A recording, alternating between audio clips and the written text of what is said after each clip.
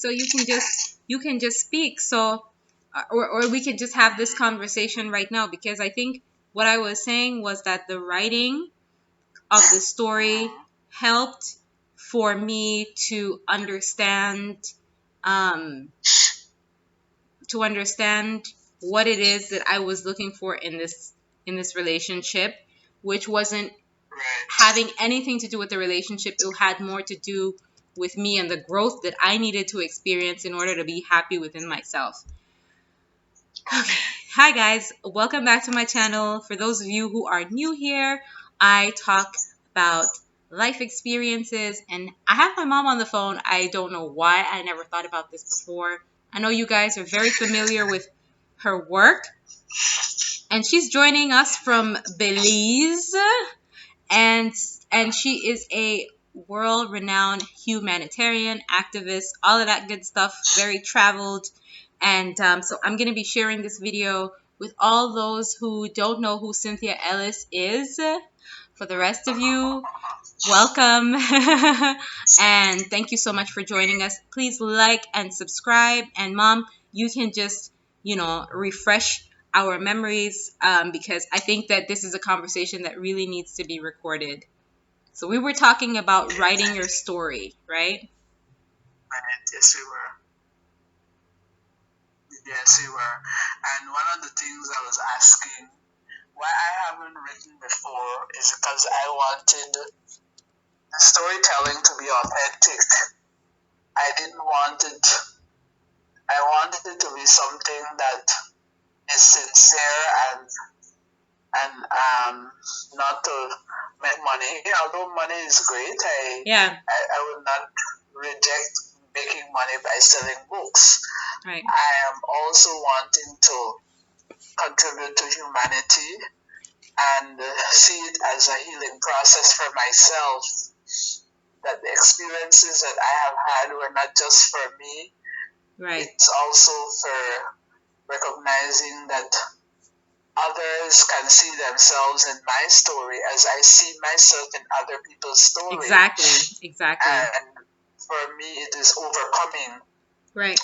And we had just talked about the written story or different technologies for sharing the story. One of which is recording, one of which is physically writing, one of it is just I thought about, or I am thinking of doing a play. I started off by deciding that I will do a one-woman show, which encompasses my story as that of many women. Mm-hmm. One woman that is a woman in Belize, which would be Maya, Garifuna, all the different ethnic groups.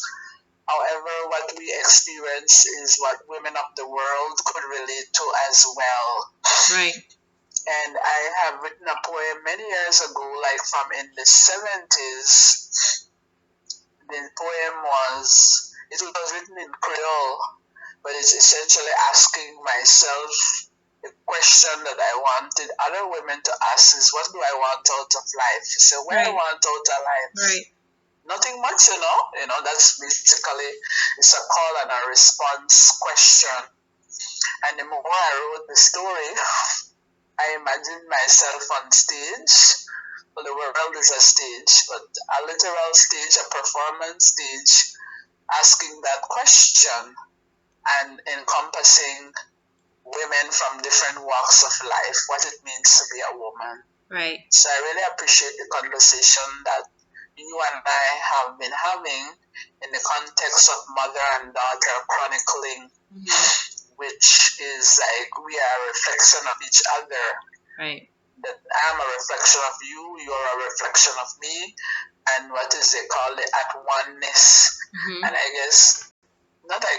know that I am a reflection of my mother and her mother, and so like we are privileged to have 4 generations in our family, so we can, as we are journeying and impacting on each other's experience, it's the same story in different ways of overcoming. Right. I think that's really important to to talk about the generational connectivity, because I often say that when the woman is pregnant with the girl child, and the girl child already has within her the essence and the eggs that she will later on become her children, there is a point where all three generations are one. So when grandma was pregnant with you, you had me, you had the essence of me within you. And so I was a part of everybody's experience at one point in my life. And Right. you saw with me and me with Cynthia. And so Right. that interconnectivity is so spiritually and genetically connected to one another that we cannot speak about the individual without speaking about the parent. And I like that Mm, who it is that you're becoming, because like before we started recording and I was sharing with you why I wrote the book, I wanted to be famous, I wanted to make a contribution, and then it came down to I really needed to discover what it means for me to be a wife and a mother, and how what does that look like for me in terms of who I am, and is this enough, or am I enough, or did I become these things because I expected that my marriage was going to do something for me that it didn't, or that being a mom was going to do something for me that it didn't. And so if I am in a sense those things but not those things, then who am I as a woman? And I think that's the questions that we get asked a lot in therapy is, okay, who are you in relationship to what do you bring to this world that makes you happy, that brings you joy?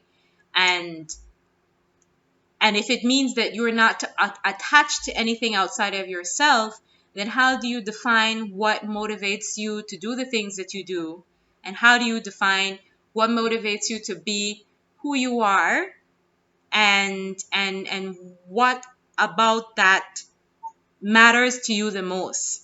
Not to say that being a mom and being a wife and those things don't matter, but I think, like I said before, when I came into my marriage, I had drank that Kool-Aid that it was going to be happily ever after. And then I very quickly realized that there wasn't anything wrong with my husband, but there was something seriously wrong with me expecting that my happiness was going to come from him. And okay. that in itself was shocking, because I never expected that I was that person. So I had to then reevaluate why I thought that way. Where was that coming from? Right. And I think Right. the more I started to write about my experience being uh, somebody from outside, somebody from an expat living in Germany, I started to uncover that, I felt like I probably made it if I could live here, you know, and that I had something to prove to myself by being able to be married in such a tumultuous time where most marriages after 3 or 4 or 5 years end. Um, and what does it mean? Who am I trying to prove to that I can be in this relationship? Why is this relationship important? And what how much of my who I am is dependent on my relationship lasting or working out or whatever that's supposed to mean. Mm, And that's yeah. why I Well, want I wanted to talk about finding love, because that's a question that I get asked a lot, like how do I find love, and how do I become um happy or the perfect wife? And mom, you and I, we say this in joke and jest with each other, but I think I have to go on the record and say it, that the best relationship with another person first starts with the best relationship with yourself. mm, Like, it has nothing to do, of course, who you attract into your life has to do with where you are, and it that goes back to the fact that it starts with you. And not being and this is so timely, because everybody is on social media talking about this entanglement with Will Smith and Jada Pinkett Smith, and how she went off with some younger guy and all of that stuff. And she says that in her journey, she learned that she had to find her happiness within herself, which is something that I always say, which is that happiness starts within. It has nothing to do with anybody, husband or um, lover or children or career. That peace that you have within yourself has to come from within, of course. Right. Mhm. I mean, Well, a couple points uh-huh. to explore, and one I hear of is I heard you speak about therapy, and I use the word healing. And so the writing, as you mentioned, is a healing process, and a lot of it is telling the story differently. And what I found is that in the healing process, the language that I use about myself Right. is changing. So the other aspect that I'm exploring is the spiritual aspect. Spiritual, which begins with being Garifuna and having been taught or brought up, realizing that the spirit is something that I don't control. It is something that no matter how I analyze living in the world but not being of the world, and realizing that I am a spiritual being in a physical body and how to balance that. So When you being a say, Garifuna woman is an experience I'm embracing more and more in terms of tapping into what, as you said, has always been there, and embracing and reclaiming it, or fully claiming it. So the journey of who I am is an acceptance and of the power that is already there, that I am not depending on myself and my humanity. And there are times when let's say the spiritual part is I am made in the image and likeness of God. I believe that. So I don't think that there's anything wrong with me, no matter what the experiences have been. There's nothing wrong with you. There's nothing bad.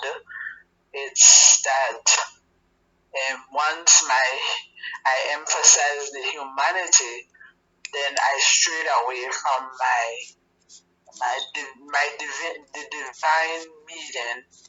That was just what happened. And once I come back into that awareness and that power, everything falls in place. As God, I believe, is a forgiving God, and God doesn't think or behave the way we do, with chastisement and condemnation and something wrong or something bad. All the experiences that I have been very valuable and very important for me to become my best self.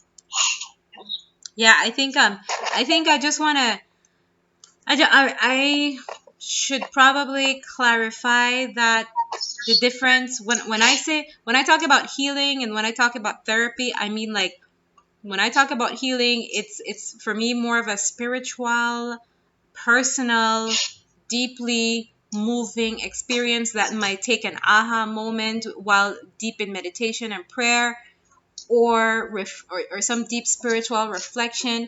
But when I talk about therapy, not to say that one is better than the other, or it has to do with like control over yourself, but just to have that awareness with somebody that can help you look from a different perspective, because we all have a story, and like you said, we tell that story in a certain way that we experienced it based on our perspective.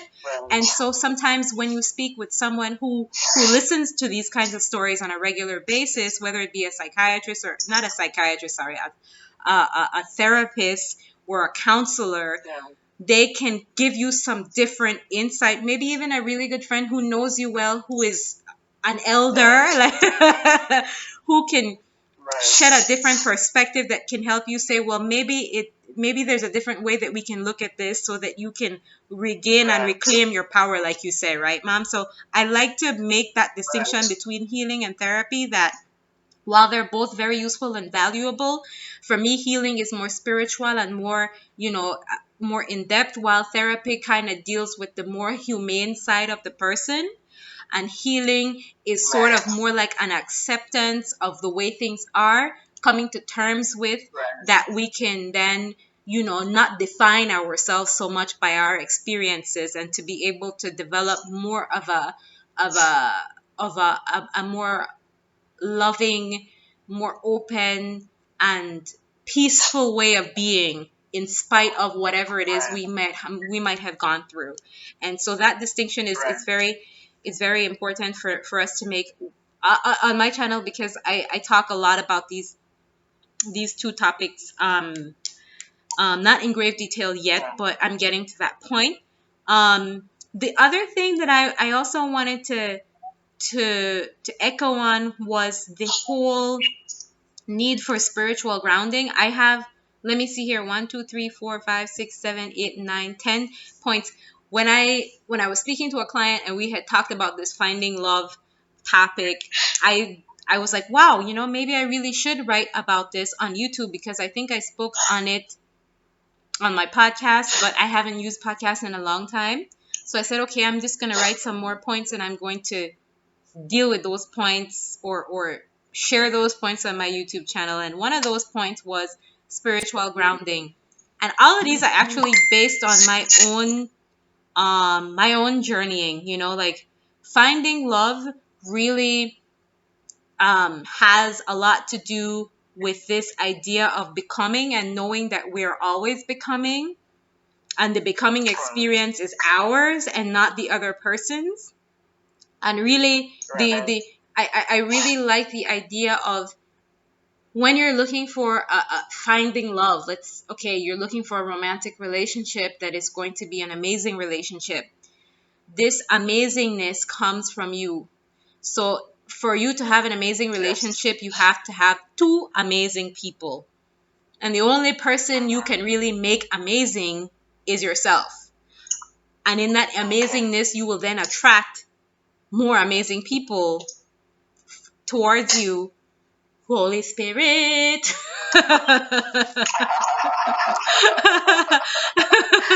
that are in alignment with what it is you really really want. And I really really have to say, girls, all you ladies out there who are listening to, I can't stress this enough, because it keeps coming up. It takes commitment to you. How many times have I heard, I'm not going to call any names, but it happens. I don't even have to call name, because so many times you hear the story of the woman who met the man who had a girl, or who had a wife, or who had a somebody, and we end up in these entanglements with people who are not even able to commit to the person they're already with. How can they commit to you? So please first commit to yourself. When you commit to yourself, allow certain foolish conversations to take place in your presence with people who are not in a position to, what commitment is, because you have done that commitment to yourself. So you're not about playing games with people who are not in a position to commit in the first place. And so that is so, commitment to yourself means that you are on the journey to discover who you are, and you're having that healing process, and you're discovering who you are, and you're becoming your authentic self, and you're on your spiritual journey. And that's my emphasis. That's what I want to emphasize on, is that when I took the time out in my marriage to really say, okay, I cannot believe I drank this Kool-Aid and think that my husband's going to make me happy. Let me reassess what I need to do, or what I need to continue doing, what I was doing that made this man interested in me in the first place, and continue to do that as a way of life for my own personal happiness. Right. I feel like I was just about to cut you off, Mom. Sorry. We started this conversation with the question of why write a book, and why I had taken so long to write a book. Right. And a lot of it has to do with what you have shared in terms of my being clear, you know? Right. And so as I've been listening to you, I am thinking, or you are helping me in looking at maybe even the headings of the chapters, and that I want to write not just telling a story. I'm telling a story as well as raising some questions that came up as a result of telling the story based on some of the things that you shared just now, you know? What does love mean? Who do you love first? Right. Who do you give responsibility for your happiness and things like that? Who do you hold accountable? Who do I hold accountable for what happened in my journey? So I like the format, like the chicken soup is good for the soul. Right. These are vignettes or chapters in the telling of the story with the theme of overcoming. I like from the get-go, I start at the top. Yesterday I was telling some of my story to some young women, and their eyeballs popped open because I was shamelessly just sharing like the first, let's say the second chapter of the book, you know, and they were like, and I told them the reason I shared because they look at me as so accomplished, you know, and they look at me with great admiration, and I could leave them in that lie that I was always behaving and experiencing that. And I decided by telling my story, I can celebrate and be victorious and give them the script, the details that many times I left out. Right. You know? Right. And they were very thankful for that context, and they remarked on that.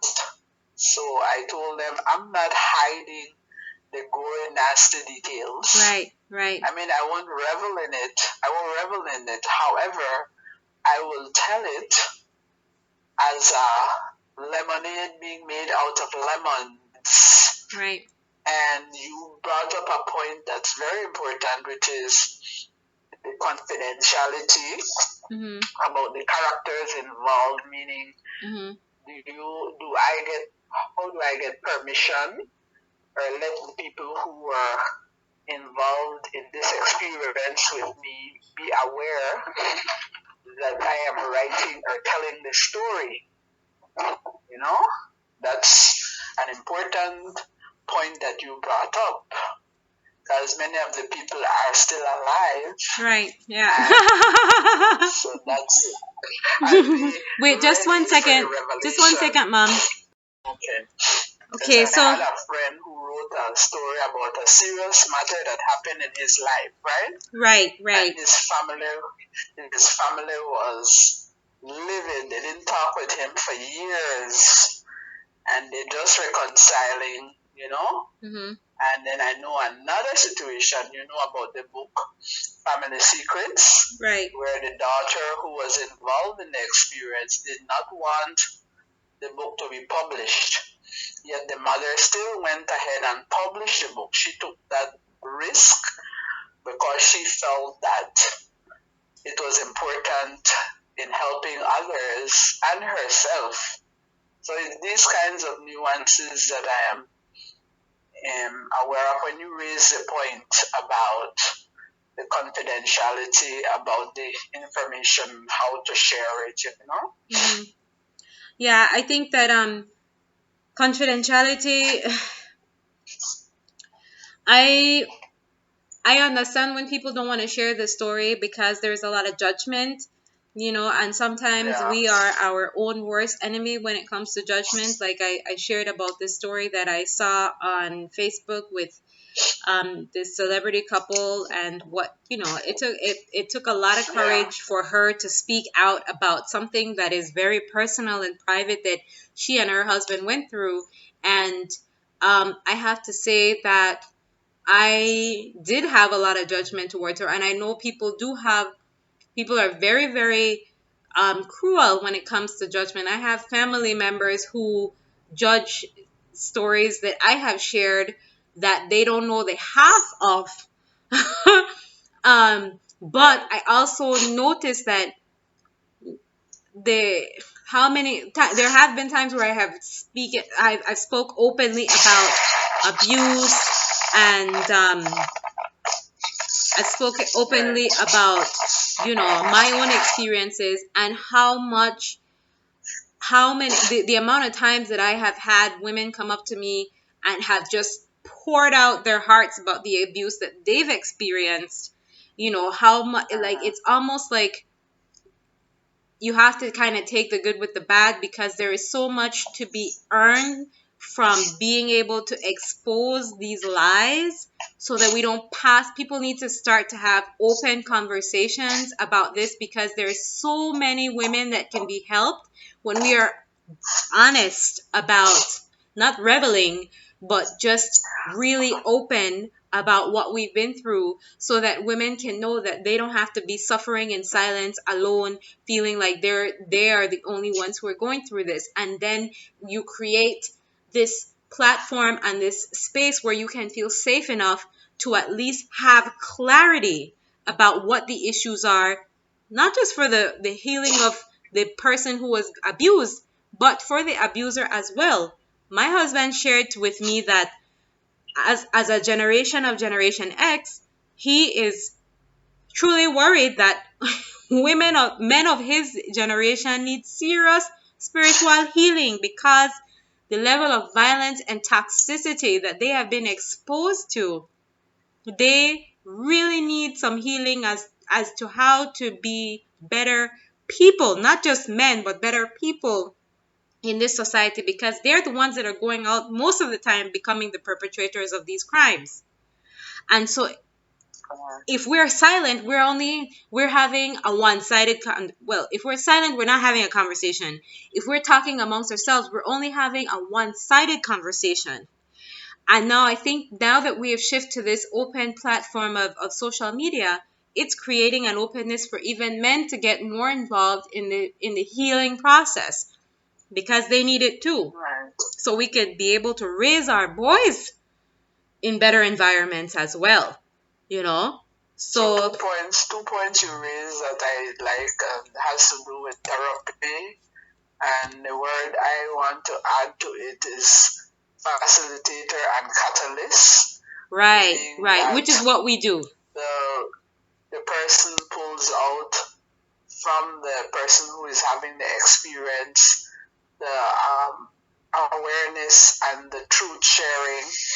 And the truth sharing can be done in many ways. Sometimes it's out blatant, raw, and rank. And then it also, I am aware that there has to be sensitivity to others who are not at the stage or the level that I am at, as far as wanting to go on the journey. And so I'm not clear about how to deal with that yet, but I am clear that it is something to be sensitive to. I once said many years ago that if I had HIV/AIDS, I would let everybody know. I just was very point blank about that. And then one day when I went to a forum where a colleague of mine declared that she was gay, and everybody in the room was gay, according to her, including me who was present in the room, I took great offense to that. Not that she said it, but in the place that she said it and how she said it. Because for one thing, she did not consult me about making that statement. And the second thing is that is not a fact about me. And then she put me in a situation where I was vulnerable and exposed, because it was a room full of men who were not inclined to even receive. We had just gotten them to get into a room to accept the fact that women needed to be considered in a respectful way. And so this really opened a can of worms in terms of the approach. Right. Okay. So afterwards, I had a meeting with her. I was triggered. I was angry based on what she did. And so I asked her later on, I made 2 weeks pass, and I went to look for her in another country, Barbados. And I asked her whether she was ready or had thought through the impact of what she had done, because quickly it was in the media throughout the Caribbean. And I asked her if she had let her children know that she was going to make such a declaration. So that's one point that's very clear to me, because she told me she hadn't thought about that. She just said it Right. because that's how she felt. And then I said to her, well, I'm not asking her not to change how she felt. I just asked her to be sensitive and aware of the impact and whether she was going to be in readiness, for example, to the fact that she had not discussed this with her children. So those are different kinds of issues that I am thinking of when I'm walking this journey. And so when I make reference to the lady whose daughter didn't want the book to be published, the point is that at least she had had the conversation with her Right. daughter, Right. and then based on that, she still went ahead and decided that she was going to publish the book. I think, I guess, those are some of the things. yeah, I think it's good to have conversations with the people who will be affected by your story, and to be aware of what those implications are when you should decide whether or not to speak on an issue that affects other people that you might be involved with, or that you love, or might be even the one who is being accused of a particular situation. What I remember is, there was a particular incident when I was just starting to speak on abuse, and I was starting to share my story more openly. A very, very close family member, I'm not going to mention it in this episode, but was, whose opinion I really valued, was very, to me, mean and cruel, and at that point, the person said something like, you don't even know how that person must feel, or how that's going to affect them, and trying to make it seem like I was being selfish. And at the time, I was very offended by that, because I would have expected this person to be more supportive in me healing from this thing. But I was so shut down from the unexpected response, that I just automatically wrote that person, that family member, off, and never spoke to them on this issue again. And I think that when you talk about how do we deal with those kinds of, how do we deal with being able to have more open conversations about things that are difficult to talk about, because it's not just abuse, it's about things like we've talked about money, how to raise your children. These can all be potentially landmines to talk about for people in any particular situation. Right. And when one has a difference of opinion, I think for the person who is introducing this topic in a sensitive way, or presenting let's say controversial information, we need to be aware to just own and respect that other people will have difference of opinion. And we should probably take into consideration learning how to tell the story in a way that honors that person who is telling the story, Right. and honors the person receiving, because like you said, this is sensitive information that might potentially be seen as a threat, or against what I believe, or just plain old uncomfortable. So there are two things that I'm hearing, which is there needs to be some sort of prerequisite, and like a preparation. Okay, I need you to know that this conversation is going to entail this kind of information. This is the language for when you feel like you are offended or disagree or whatever. This is what you say to me.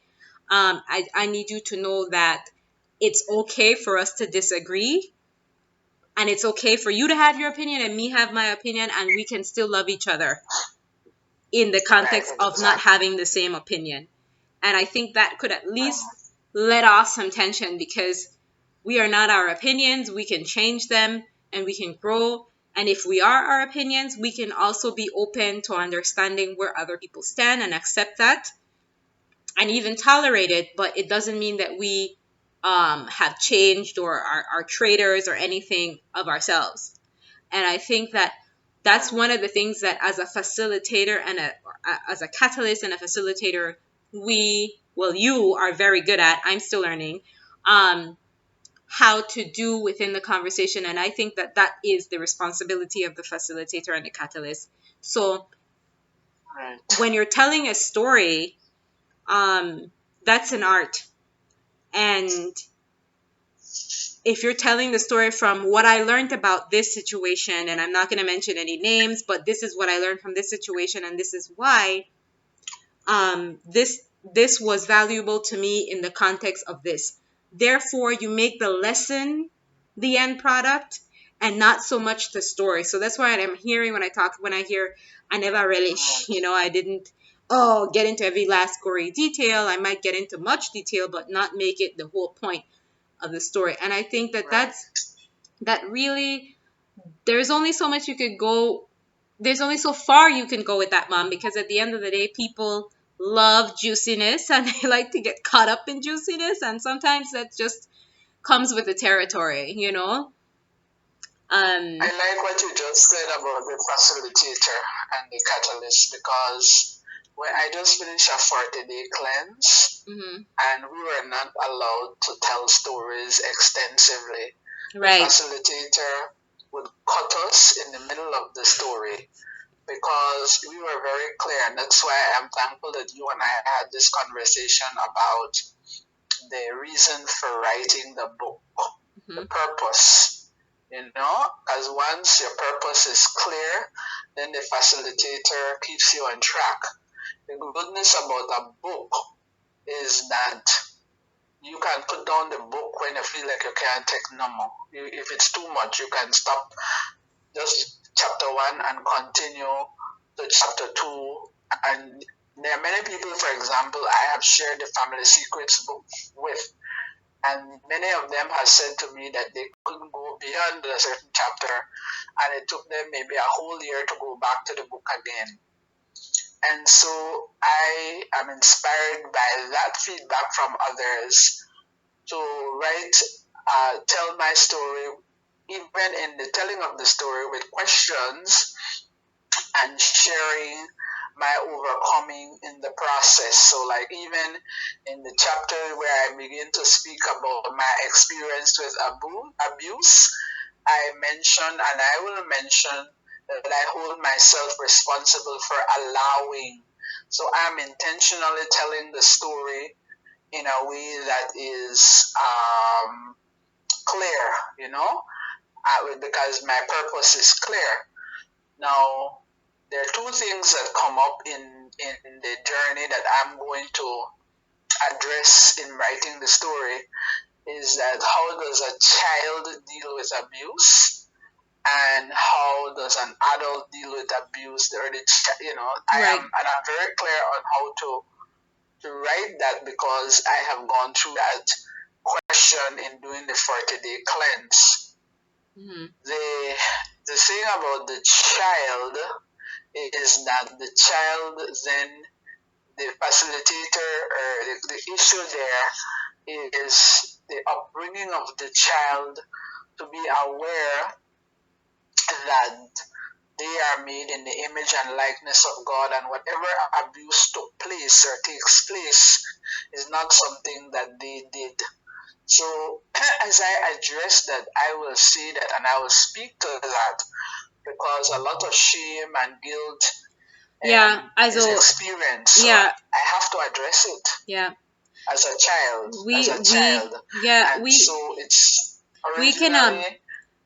that is something that is very, that's something that is very, very, very, so we're pushing up on 40 minutes now, Mom, and that's something that I really want to divulge into in itself.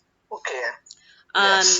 Not at the tail end of this session. So I think that we can just save that for another time, and we could talk about that in more detail, because that is something that we can definitely explore in way more detail than a couple of minutes, and that's something that really needs its own time, Right. Right. So can I conclude the sentence with that point?